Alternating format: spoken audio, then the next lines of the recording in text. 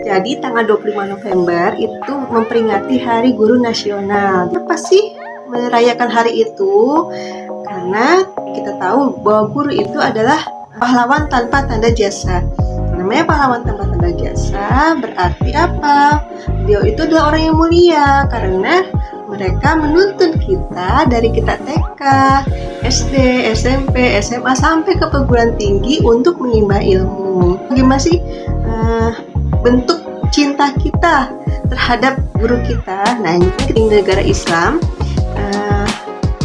guru itu mendapat tunjangan kesejahteraan yang luar biasa. Jadi mereka tidak akan memikirkan tentang kebutuhan hidup mereka. Mereka hanya memikirkan mengajar dan mendidik para murid-muridnya. Jadi mereka nggak memikirkan untuk biaya ini, biaya itu, biaya ini, biaya itu. Mereka harus fokus untuk mengajar saja. Nah, ketika mereka fokus untuk mengajar saja, itu semua kebutuhan-kebutuhan mereka dipenuhi dengan sangat layak dan lebih dari cukup. Nah, luar biasa kan? Bagi sekolah-sekolahnya dan negara Islam memberikan fasilitas-fasilitas yang menunjang bagi guru-guru itu ketika mereka mengajarkan kepada murid-muridnya. Jadi kayak misalkan nih ya, murid-murid itu butuh untuk belajar komputer. Jadi murid-murid itu gak mesti harus bawa komputer dari rumah atau bawa laptop dari rumah. Itu sudah disediakan oleh sekolahnya, disediakan oleh negara. Jadi negara memfasilitasi sekolah-sekolah untuk penyediaan komputer. Nah, jadi guru-guru itu tidak memikirkan lagi untuk masalah fasilitas. Lagipun juga tidak perlu membebani murid-murid untuk membiayai fasilitas-fasilitas tersebut gitu. Apalagi untuk bawa-bawa ke rumah gitu, bawa dari rumah. Itu kalau di dalam negara Islam. Jadi terutama dari murid-muridnya. Kalau di dalam Islam sendiri, namanya seorang murid itu harus mempunyai adab ketika bertemu dengan gurunya. Nah, ada beberapa adab nih ya, ada 3 adab. Yang pertama, murid itu ketika guru itu menjelaskan, itu harus fokus mendengarkan, tidak ada yang bersandar, nyender, atau lagi begini gitu ya, apalagi tiduran, kakinya diangkat, itu nggak boleh kayak gitu. Jadi harus fokus, nggak boleh tertawa, ngobrol, ngegosip, main HP, main TikTokan, itu nggak boleh gitu ya. Jadi memang harus fokus untuk mendengarkan apa yang diterangkan oleh guru. Terus ada yang lewat nih, gebetan kita ada yang lewat tuh, gitu ya, langsung mengalihkan pandangan kita ke jendela gitu, ngeliat gebetan kita lewat, itu nggak boleh.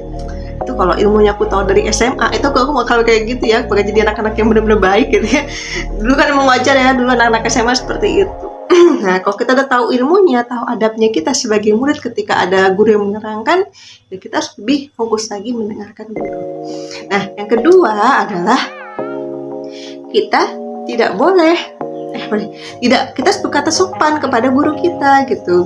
Ketika guru menerangkan, kita juga bersikap sopan, tidak boleh misalnya menyela gitu. Saya guru lagi menjelaskan bla bla bla bla. Mama enggak begitu harusnya Bu. Kita begini gitu misalkan. Itu enggak boleh. Kita harus mendengarkan sampai selesai. Kalau ketika guru itu membuka sesi pertanyaan, ya kita boleh bertanya, Bu, bolehkah saya bertanya? Nah, itu boleh kan, tuh adabnya seperti itu.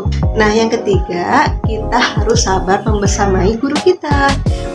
Guru kita tuh ada yang killer gitu ya. Kalau istilahnya di sekolah-sekolah tuh guru killer jadi guru killer gitu.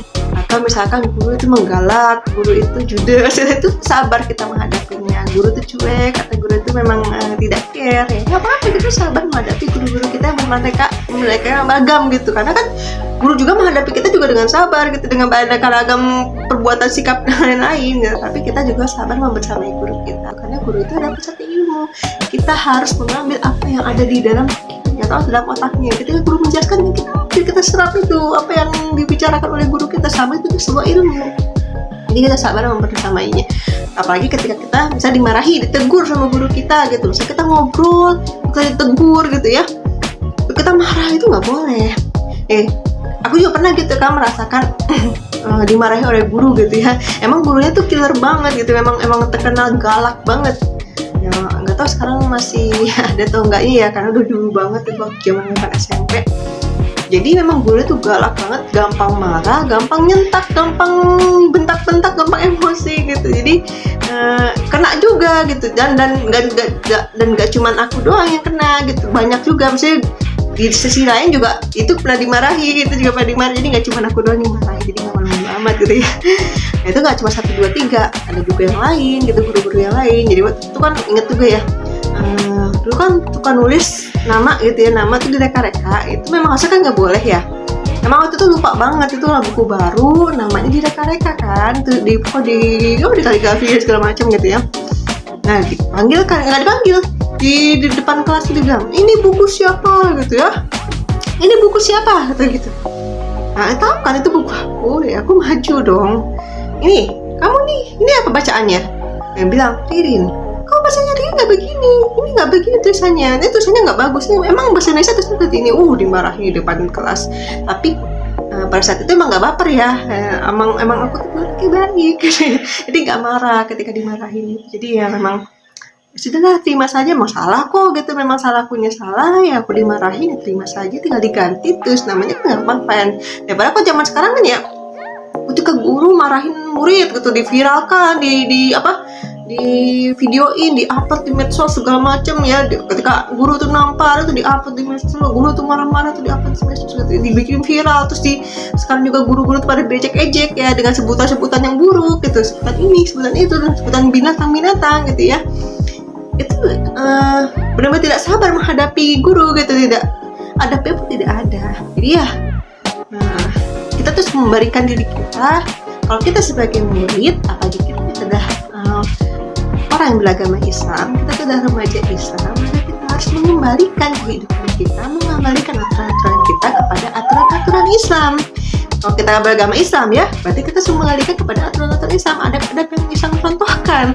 Apa sih yang harus dilakukan oleh negara kepada guru ketika the teacher day gitu, ketika hari guru tuh ya tadi itu mensejahterakan guru, dan juga memberikan fasilitas-fasilitas mengajar yang maksimal gitu ya. Kalau itu negara terhadap guru, tapi kalau misalkan murid terhadap guru, berarti nanti harus dia fokus mendengarkan apa yang diterangkan oleh guru, dan juga kita harus bersikap sopan, berkata yang sopan terhadap guru.